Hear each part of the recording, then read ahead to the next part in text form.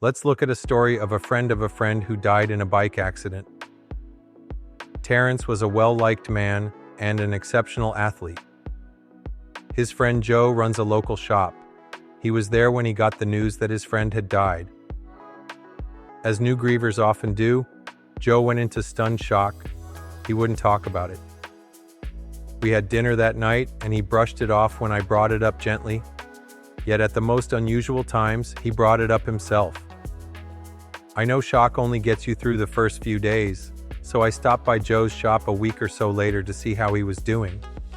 There were two young adults talking earnestly to him. Turns out, they are Terrence's children. I hadn't intended to walk into something so intense and private, but now I couldn't leave without making the situation worse. I listened to Terrence's daughter talk about her dad. Part of her conversation spoke of him in the present tense, some in the past tense. We all do that when the death is sudden. Joe was doing the right thing, telling positive, encouraging, amusing stories about what a great guy their dad was. I offered a few words of support, but then dear Joe said to these grieving young people, "Well, I guess it's good that he died doing what he loved." I cringed when he said it, and I watched the daughter and son wince. Joe saw that he'd done something wrong and started to backpedal. It was a thoughtless comment, one of the hundreds of stupid things people doubtless said to them over the next few weeks. He is a gentleman. He would never want to hurt anyone. He just made a common mistake people make when trying to comfort grieving people. The number one mistake we make when trying to comfort someone who is grieving: telling them a reason or a belief meant to make them feel better. You can't make them feel better. Their loved one just died. Knowing what to say will make the situation easier to bear for you and for them. The top 5 most common mistakes people make when trying to provide comfort. 1. At least he died doing what he loved. Or, what an honor that she died defending our country.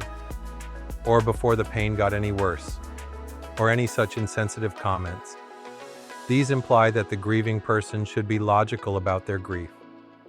There is nothing logical about emotions. Don't deny someone the right to feel sad for as long as they need to feel it. 2. At least she isn't suffering, is at peace now. Why is this wrong? Because it heaps guilt on the survivors. It implies they should somehow be glad or grateful for their own loss. It insinuates that there's a reason for the death, and you know what it is. You do not. Don't say anything. You only have your opinion. Please keep it to yourself. 3. I understand how you feel, because you do not understand, even if you also had a child, parent, friend, or pet die. When both my children died in a car accident, dozens of people said, "I know how you feel because my dog or cat died." You do not understand how someone else feels because each relationship is unique. The nuances of the connection, the shared history, you do not understand those elements even if you were in the same home. Think about your siblings, if you have them. Did your parents have the same relationship with each one of you? Of course not. Loss is loss, but saying you understand is an insult. 4. She's with Jesus now. Or, he's with the angels, or any religious bandages you think up. Even if you think the person has the same beliefs as you, don't imply that you know the location of the deceased soul. The assertion of your faith may be taken quite poorly by someone who has even slightly different beliefs, or is questioning them in this time of loss. Well, I guess the Lord just needed him home. Makes the bereaved person angry at God or at you, or feel guilty because they are questioning God's wisdom in removing their loved one. Grief is an opportunity to develop authentic beliefs. Don't impose yours on someone else. 5.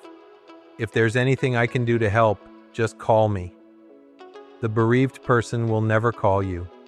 If you are a close friend, organize a hot meal drop-off, come over to watch the kids, Offer to help the bereaved to pick out a casket, stuff like that. If you are not a close friend, be gentle in your offerings. Either way, always offer specific, helpful, logical things. The bereaved person isn't thinking clearly. They do not know what they need and are likely unaccustomed to asking you for help. Offering the vague anything will make you feel better, but it will never be called upon, even if they really do need help. Be specific, but never pushy. The best thing you can do: silently listen if and when they want to talk to you, even if they become repetitive or show dramatic emotions. The best thing you can say, as feeble as it sounds, the tried and true, "I'm so sorry for your loss," or "I'm so sorry you are suffering." Then be silent. By being aware of these simple things to do or not do, you will be a much more appreciated and valued comforter in this dark time. You will be truly supporting and helping the person you care about in their hour of need.